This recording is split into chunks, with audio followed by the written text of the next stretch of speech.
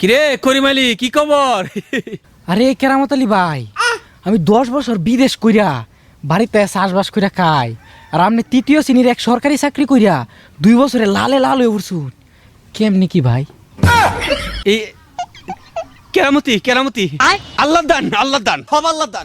আল্লাহ দিলে কেউ আটকাতে পারে রে। আচ্ছা তে বুট টাকারে দিতে এবার বুট তো সৎ যোগ্য ব্যক্তি দেখেই দেন। দিস আবার এই যার একটা দল আছে না ইসলামী জোট, এই দল দিস না জান্নাতের টিকিট বেছে। এর ভিতরে 76 নাই, 71 নাই, 72 নাই, 73 নাই, 74 নাই। এটা খুব খারাপ এই দল বুট দেওয়া যেত না। ও বাবা, তুমি চেতনার ব্যবসা করো, এর লাগি তো কও এত মাল কেমনে কামাইলা? জান্নাতের টিকেটের কথা কইয়া প্রপাগান্ডা চালাও, টাচ করে এখান থেকে ভাগ, নাইলে উপায় রাখতাম না। এই শহর মাঝে থাকো, গ্রাম আইসি ওখানে তোরাই থাকো, আমরা কই যাইতাম?